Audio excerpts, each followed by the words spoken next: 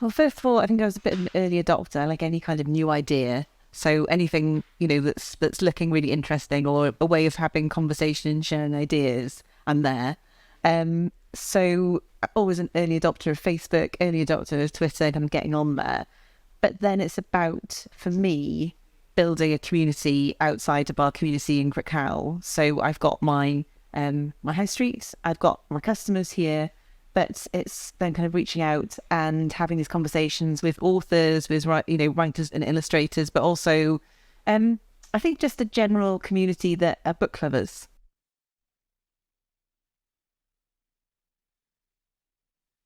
Look at it from not just being a business tool as a way of selling, but a way of starting conversations and a way of sharing ideas, and opinions. I think for me, looking at other social media accounts that I wanted to, I suppose, embody were the ones that had a sense of humour, shared causes that they were really passionate about, share information that encouraged conversation back, didn't just put stuff out there, but wanted people to respond to.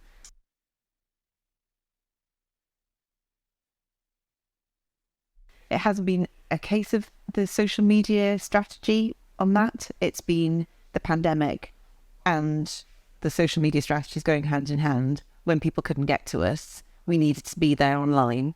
So that really worked. We had a website that was commercial beforehand, which we could sell tickets and we could sell some local books and some signed books on. But he didn't think we could compete with the likes of Amazon or even Waterstones or W.H. Smith. So we didn't really go there. We had to go there. So we managed to get every single title in the shop online the week before the pandemic hit. And then we just traded and we just tried to figure it out. And it really worked. So we went from taking, I don't know, a couple of £100 maybe a month to, I think our biggest month was something like 20,000. I know. And that, again, is the power of Twitter, because that's where the vast majority of the sales were coming from. Or Guardian articles talking about trading during the pandemic. And we did some Facebook Lives. And then we did the online events with 3 other book-selling friends. We've done about 500 online events with authors now. So it really took the pandemic to find us that customer base, for us to have the confidence that we could compete. And we've now got that community that they're not going anywhere and we're still engaging with them and they're still buying books online. So where we've gone from a couple of £100 a month, now with people being able to come into the shop and things, it's more like 4,000 to 5,000, which is still a great, fantastic chunk.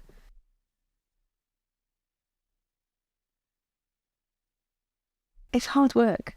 It's time consuming, and I think I've spent a lot of time on social media, and sometimes that's not necessarily a good thing personally. But when you start then actually having these conversations and developing relations, that's what you're doing, developing relationships with people all over the world, then that's when it starts becoming really interesting.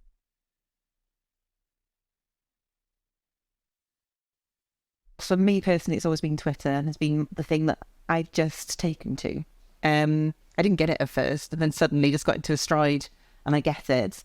Facebook has been brilliant for promoting our events locally, which really, those are the people that we need to tell about the events because they live here and they can actually get to the venues on the dates that we've got them going on.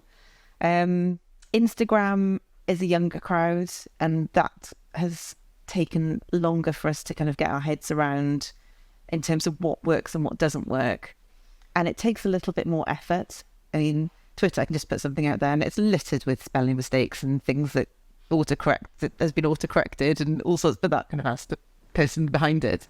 And now we are just starting to look at TikTok.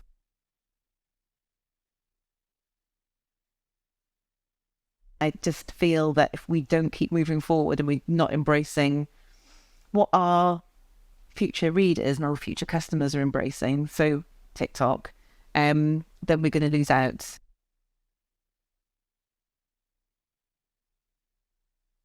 So our online customers are not local. They're all over the UK. We've got a couple in America and a couple of customers in Europe that we send boxes to every month, which is amazing to be able to do that.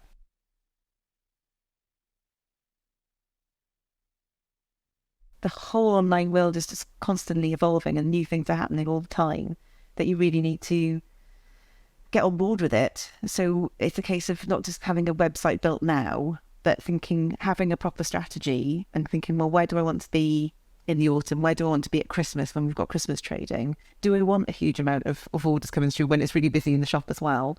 Where do I want to be next year? What's coming through? What trends are there?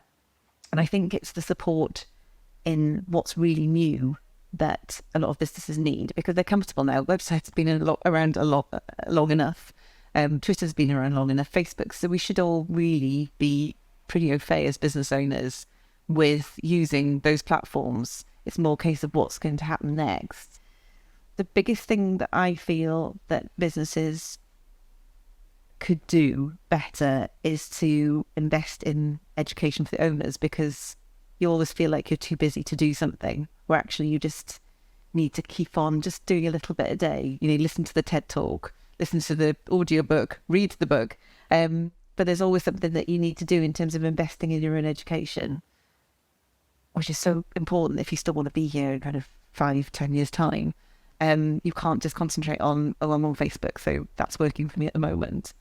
Because Facebook, I think it's starting to, the people that I'm talking to, especially our young readers and the readers that we speak to that are reading young adult fiction, they're not on Facebook.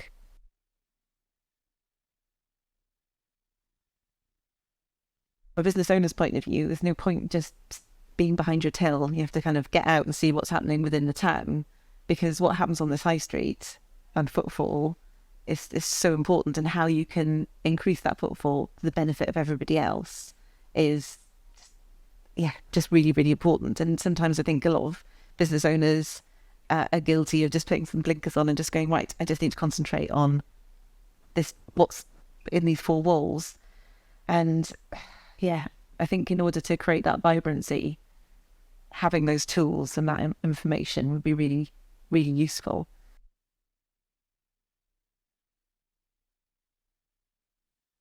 The whole way we communicate what our business is all about has to have that mix now of online presence.